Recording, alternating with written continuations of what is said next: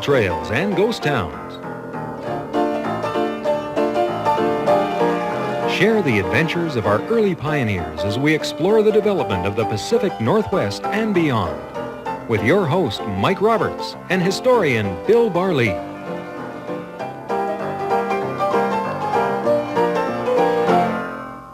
Welcome to Gold Trails and Ghost Towns. Mike Roberts and Bill Barlee with you, and today we're taking you to a place, well, we're going to touch on a town we told you about before, but there's more to this country than just Fairview. Yeah, sure there is, Mike. We're talking about what I like to refer to as the South Okanagan Highlands. And we have the Okanagan Valley on one side, that's just to the east. Then we have the Highlands, Mount Cobo, Mount Orofino, all that Highlands area in there. Very dry country. The Richter Pass cuts right through there. Richter Pass cuts through there. And then on the other side you have the Similkameen Valley. So we're talking about that high country between the South Similkameen Valley and the South Okanagan. And, you know, when people think of that country, what do they think of? Well, usually they think of ranching, they think of orchards, they think of vineyards, they think of desert country, but there is another dimension. And the other dimension is there is a gold and silver belt in that country, which is really quite fascinating when you look at it very, very closely and when you do the research on it. You know, it's fascinating how the minerals seem to well up out of the ground there. This is Spotted Lake, and it has a reputation. Yeah, the reputation of Spotted Lake, I think about 15 years ago, National Geographic did an article on Spotted Lake, and they called it the richest mineralized deposit of water in the world. This was very important to the Indian people of that community. They considered it sacred, spirited area? Sure, it has all sorts of salts in it. It has silver, it has magnesium, it has all sorts of different sort of qualities in that lake, and they considered it sacred. That's true. But this is the type of country the prospectors were going through. They didn't give Spotted Lake a second glance. I guess not. They were looking for something that glinted in the ground a little bit more. Sure they were. Okay, going to take a break here. Be back in a second to take a look at what we call the South Okanagan Highlands right after these words.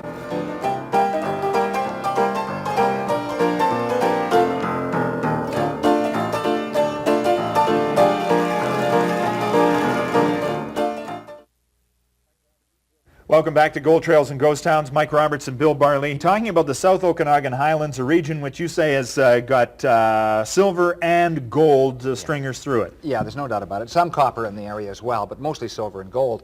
And it was discovered essentially by Sheenan and Gwatkins, two prospectors who were wandering through that dry, arid country in the 1880s, 1890s. And by the early or mid-1890s, a number of mines were coming into production. And this was free milling quartz. In other words, when you examine the reports of the time, the Minister of Mines reports 1897 said this is the biggest quartz showing in the province of British Columbia. That's quite a statement, Mike. And this is what you're talking about. This is a piece of quartz conceivably could have been broken off the quartz stringers in the area, and this right in here is gold that would have been freed up by the crushing process. That's right. This is kind of a neat sample anyway, because the gold is right here, and right there is iron pyrite. That's right. Now, so that's fool's gold, some people would call it, and they're both evident in the same sample and attracted my attention. That's got quartz all shot through it, and that's what they're looking for. And what they did, of course, these early miners recognized this. They liked free gold. They would use an arrastra. And here's a picture of the rattler. This is the smuggler, and that is a horse-drawn grinder. Crusher. It's a crusher, actually. So this is the smuggler mine, and here's the guy, and the horse goes round and round and round, and there's quartz, and you can see the free quartz all the way around in this picture, and he's grinding that down. He will take his gold out of that and move it very, very easily. And this is called free milling, as opposed to a more elaborate process that needs chemicals to extract the gold. Yeah, cyanide and so on. No, you don't. They wouldn't use that and didn't use that at that particular time. And the next mine is the Strathire, and here again you can see this white quartz on the outside. Some of that's good quartz, some of it's been discarded. The best goes through the mill. So I mean, if you were to walk through that country today, you may come upon a pile of quartz rock, and you say, what this? And it very probably could be the slag heap from that area. But watch when you reach down in some of those areas, because there are rattlers all through this country. Very good point. Okay. So the Strathire, the smuggler? The smuggler, and of course the major mine in that area was really the Morning Star. So the Morning Star, here's an example of the Morning Star. You still see the quartz here. And it was operated in the 1890s and again in the 30s and 40s, which is interesting. But there were a whole bunch of mines in there. There was the Tin Horn and the Joe Dandy and the Black Bear and the Bank of Fairview and a whole bunch of other mines scattered all through that in that particular area. One of the mines was called the Rattler. So good point. Yeah. I mean, they called it that because Sure. they were filled in that area. And what happens when you think the mines are going to last forever? A town is built. Sure. And the first town is not very good. It's up the Gulch, the first settlement up there, and this is the Fairview Hotel. Still, this building is still standing, Mike, which is interesting, and it's on the old Hess property. I knew it well years ago. Some things, found an old gun close by it some years ago, and then they went down to the flats. So at the mouth of Reed Creek Gulch, they laid out another town, and this was Fairview. And here you have a picture of Fairview as it looks, and one of the early hotels, and the biggest hotel at that time was the Golden Gate. And here's It's a log structure, Sure very it is. substantial. Yeah. This is going to last forever. But it wasn't good enough for Fairview. No? No. The Hotel Fairview, which we call the Big Teepee, Yeah. was then put in there, and it burned down in 1902, and we recovered some nice items from and we showed some of these, I think, 10 years ago or something. Yeah, Louis, American silver dollars, Yeah. a beautiful gold piece, Yeah. a wedding band, Yeah. a sterling silver chain, and spoon, and this item right here, which just fascinates me, that has to be one of the prettiest, most beautiful diamond rings I've ever seen. Yeah, Cyril Murray and I found that when we were young teachers. Used to go down there in the morning and screen that ground, and did very well. We only got about $15,000 worth of stuff out of it, but there's some very nice items. Fairview was a substantial town. It Oh, was sure. the substantial town, and the Big Teepee was the best hotel of the Oh yeah, bunch. sure it was. Once the Big Teepee burned down, it started to decline. There's no doubt about it. But that wasn't the only activity in that gold and silver. We're talking and copper about belt. that's the Okanagan side That's of right. the Highlands. Sure. Now Okay. you can go over to that Similkameen side, and you can start around Olalla. And Olalla was really kind of a copper gold belt, and some of the mines there, on actual assays that were not phony assays, yielded up to 40 ounces of gold per ton. And again, the grassroots veins were spectacular. You had the Dolphin, and you had the Searchlight, and you had the Bullion, and you had the Copper King, and you had all sorts of mines up there, gold and copper. And of course, this resulted in a new town coming into being. This was Olalla. Yeah. And here's Olalla. Here's one of the freighting teams coming through Olalla and on the way to the mines. Now, And the Green Mountain Road was put in here. That was the road which was connecting Penticton Sure. to the Similkameen country. Stagecoaches and freight wagons came over that road in the 1890s, Mike, no doubt about it. And some of the prospectors, of course, they take off from Olalla. And here's some of the prospectors ready to go into the hills to look for another prospect. These look kind of like citified prospectors to me, you know? I mean, they don't look rugged as the ones I imagine out of the Barkerville That's country. probably about 1907, 1908, so they're still pretty rugged. And they had a hotel, a pretty substantial hotel in Olalla. This is the Hotel Olalla. This is a mining certificate from that area. Very rare. Now, again, these mining certificates were probably more valuable for as a collector's item than they ever were at the time. Oh yeah, this is 1890s. They didn't get this off the ground. They called it the Silver Bow Quartz Mining Company. And that silver bow comes from the United States, by the way. That name is quite common down there, not very common in British Columbia. But they never got it off the ground because nobody's taken this up. We got it, I purchased it years and years ago in Oliver. Again, it is the printer's art that is Well, sure commemorated it is. there, and the optimism of speculators. Sure. That's probably all they ever mined was quartz. They Yeah. never probably even mined that. Well, no, they weren't interested. They were mining the public. There's no doubt about that. So we have Olalla, but there are other towns spring up at the same time. There's Upper Karameas, which was the first Karameas, which we mentioned in another program years ago as well. But we didn't have this picture of this particular hotel. And this is the Karameas Hotel with a bunch of people out in front at Upper Karameas. A handsome establishment. But it wasn't close enough to water. So they shifted it down about 3/4 of a mile, and they came to Karameas Center. And Karameas Center, Mike, here's the Central Hotel in Karameas Center. Beautiful hotel. Beautiful hotel. Harry Tweddle's old hotel. And then there's the livery stable, which was still standing when I was younger.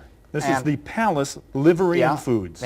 Feeds, sorry. Yeah, and then you see a stagecoach and freighting teams coming through. It is booming. The area is booming because everyone thinks it's going to be another nickel plate, right? Yeah, because it's just down the road. It's in Sure. Headley, and it's got gold Sure. enriches. Yeah, so they're prospecting around Olalla, and then they start shifting down the valley, and then the railroad comes in from the Great Northern.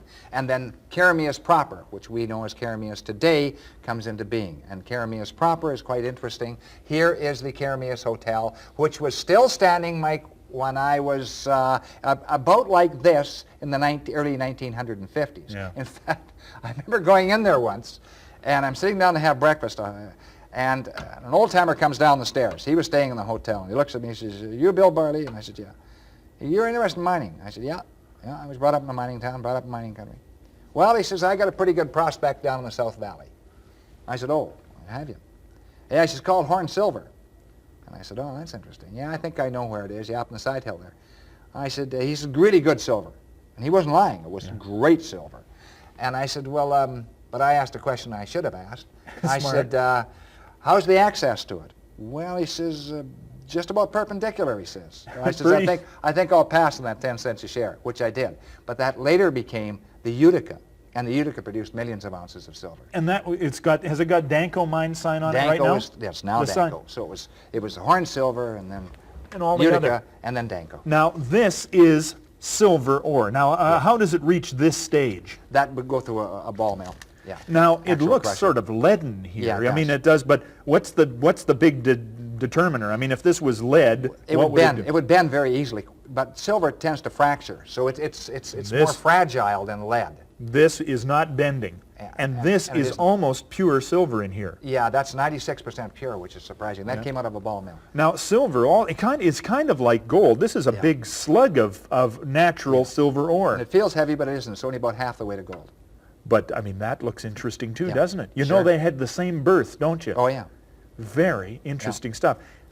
Is there a story behind how you managed to get this big handful of stuff here? I got about 1,000 ounces of that. We mentioned it in a program some years ago, Mike, which I won't go over, and it didn't come from the Similkameen, it came from the Grand Forks. All right, but that's what they were. That's what this Sure. old timer was hauling out of Oh the yeah. Utica. Oh, no doubt about it. His ore was absolutely spectacular. And that silver belt down in the Utica goes right across the line, just across the border. There's a mine called the Ruby Mine. I've heard of that in Washington State. So Here's a picture of the ruby, still standing there today, as it looks like, I think, today. I haven't been down there for a couple of years, but I took this shot about 4 years ago or 5 years ago. It's great shape. And there's also a little bit of a patch of that vein up there, somewhere on the Indian Reserve, on the Chopaka Reserve. And it's just about, on the western side of that's the right. Similkameen. Yeah, yeah. Interesting stuff. So you managed to dodge that bullet. Do you regret dodging the bullet of investing at 10 cents a share in the Utica? That could have been a valuable little property there. Yeah, it was a valuable little property, but... You ever shake your head and say, how come I ever rejected that? Yeah, but I mean, you hit and miss in mining. I mean, that's the way mining goes. So Carameus, you see, but Carameus prospered because of it. So we had that picture of the Hotel Carameus, Yeah. and now you have kind of an interesting shot, which I like, and this is a butcher shop in Carameus. And on one side on the left-hand side is George Costin, and the other side is Sam McCurdy. And the McCurdys are still in that area, and the Costins are still in that area. Well, which is they named the interesting. community after Sure. them down there, Sure. at the Flash and Amber Light. Yeah, and this is turn of the century stuff. Yeah. And then we have a little later photograph, probably around 1912, and this shows the stagecoach coming in from Penticton, and behind it is a Cadillac car. And there's Harry Twiddle standing there too, looking. He's the overlord of everything he sees, and indeed he is. Very interesting guy, Harry Twiddle. So that's an important photograph for all sorts of reasons. Sure. It's a transition. Culture is changing, but still the masters of the community are there. But what happened, Mike, between the 1890s and about 1905, almost all of those mines, except for the Utica, faded. They didn't go to depth. That's the old Okanagan problem. So you had Olalla really declined dramatically. Upper Carameus disappeared. Carameus Center almost disappeared. Carameus itself stayed there because of the crossroads, because of the railroad. Fairview was virtually gone by 1910. And so you had that area of nothing happening in the mineral deposits in that area, and nobody really interested. Gold was $20 an ounce. But what happens next, Mike, is gold jumps in 1932 to $35 an ounce, almost double. And that means there's a new interest in mining all across British Columbia, and the Okanagan Highlands is no exception. All right, we're going to come back to that very point. When gold goes up to $35 an ounce, this place is interesting again. We'll return when Gold Trails and Ghost Towns come back in 2 minutes.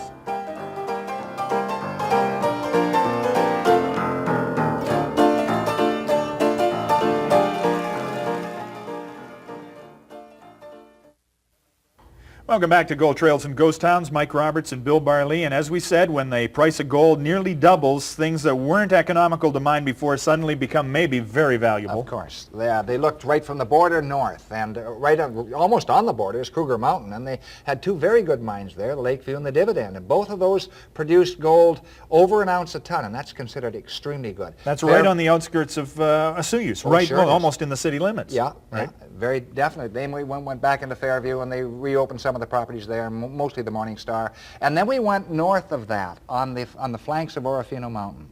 And Orofino Mountain had a number of small quartz veins carrying free gold in there. They now became profitable to mine. So they established a number of claims in there and two mines. One was the Twin Lakes mine. Owned, one of the major shareholders was old Hugh Lear, whom I knew quite well. Now this is a photograph, and a Stocks photograph, a very important photographer in the Okanagan. Oh yeah, Lum Stocks is very interesting, beautiful photographer. Now this guy is very proud of what he's holding right there. Yeah, that's old Hugh Lear, and he was a fascinating guy, and he's holding bar number 3, and that is almost pure gold. It's 337 ounces, which is about $150,000, $170,000 today. Open up on this shot. Who's the guy holding the pipe right behind Well, that's him there? Warwick. That's Warwick Woodward. He's a lawyer in town. He was one of the shareholders as well. The other two guys are not identified. Yes, Carson McLeod, the other one standing, is. And the guy sitting, the young guy, looks pretty eager. Yeah, he's the mine manager. He isn't identified. I will find his name eventually, but I haven't found it yet. So this is one of the mines that gets off the ground. But there was probably a better mine than the Twin Lakes, and this was the Grandoro. And the Grandoro was an interesting mine indeed. And here's an example of the Grandoro. This is the mill in the Grandoro. Remember, there were a lot of miners there, Mike. And this is another McLeod from Penticton, Jack McLeod. He's the mine manager holding a bar, probably only 250 ounces. But not bad to have. Not bad at all. And did they pump many of these out? I mean, were there like 4 of that's these a it. year, 5, 6? But again, it did not go to depth. But I'll tell you who did profit. Some of the miners profited because they were high graders. In other words, they helped themselves to some of the best of the ore. And there's a very, very fascinating story. Some of the details were provided by Dr. John Gibson of Penticton. And there were 2 tobacco tins hidden in that area. And the 2 tobacco tins were Ogden's tobacco. They would hold about 15 pounds of gold if it was well crushed, and it was probably well crushed, so they wouldn't have much quartz in there. They'd have mostly gold. So there's about 30 pounds of gold up there. And what happened is these two were heading for Penticton to trade this off to somebody in Penticton who was buying high-grade gold, and high-graded gold as well. And they were interrupted on the way. They took to the bush, and it was at twilight, and they buried it under a lone pine tree. They left the car down on the old road, the old winding road to Penticton, and buried it under a lone pine. And it was dark at night, so they knew then they went down to Penticton because they could not return. They thought somebody might be watching them. Came back the next day, could not find where they had buried it. The twilight had confused them. And they knew it was 2 Ogden tins. People came back looking for that for about 3 decades. There's still the odd person going in there with a watchful eye in that particular area, Mike, looking for 2 old, pretty well battered Ogden tobacco tins. Under a much bigger lone pine. What year are we talking about here? Now remember, that's been all burned over now. Oh, well, that's all right. Yeah. I mean, I'm still willing to give it a try. We're talking 1935. And they're coming up the road from Karamias to Penticton. They're coming up from the Orofino mountain area into Penticton. Okay. And they hear somebody coming along, and they see the lights, so they say, hold on, we better get rid of this, could be the police. So they duck this, they go up the hill. It's twilight. They scoop a little hole about maybe 8-10 inches deep, is what they told some of their close friends, and they deposit these 2 tins in there, cover the hole up, and away they go back to the car, and they go on to Penticton. Nobody stops them, okay? But they're still not sure, so they come back the next day, ready to pick up their high-graded gold, and they say, one guy says, gee, I think we were here, and the other guy said, no, we were at this bend. Well, I'm not sure, and they weren't sure.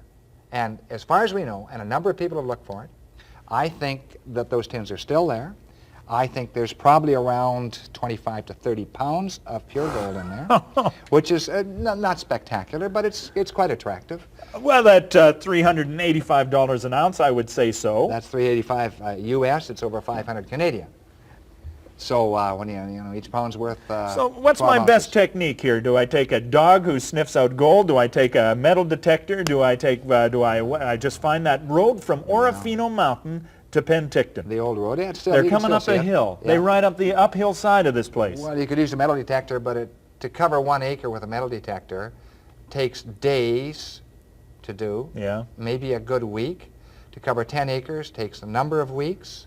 You can try dowsing. You can try another number of Listen, methods, but you Mike. got to have luck in that game, so Sure you I'm do. going to trust it entirely to luck. You know, I Yeah. mean, just head straight in there. If you were doing it, would you lay down a grid work and say, this is the section I'm going to do first, and this is the section I'm going to do next? If I were prepared to expend 3 or 4 years on it, yeah, but I don't think it's worth 3 or 4 years. I don't know how you can say that. That sounds like a spectacular amount of gold. 2 Ogden tobacco tins filled with not pure gold, but the leavings high grade. after the crush. Yeah. Is this going to happen again? Because, of course, there was speculation about, well, there was a mine, a gold, at 1,600 feet down. Yeah. Now, of course, that's going to be very expensive to get at and may not be ever accessible. Well, you know, it has to be very high grade ore if you're going to go down that far, unless you have an open pit. But the Okanagan, the general truism in the Okanagan doesn't go to depth, Mike. Lots of good stuff in surface. In fact, 82% of that area, if you look at a map of the area and go over the area, 82% of it is covered by overburden, and only about 18% you can actually see the rock structure where you can see the veins coming through. Now, in some of those photos we showed today, it shows the rolling hillsides of the Okanagan. Yeah. That is glacial till. That is gravels and sands. Sure. That is the overburden that's covering up the bedrock. Of course it is. And it's in the bedrock where you're going to find this gold. Yep, definitely. So open pit mines everywhere in the Okanagan. That's got to be an environmentally sensitive issue. Difficult to handle now.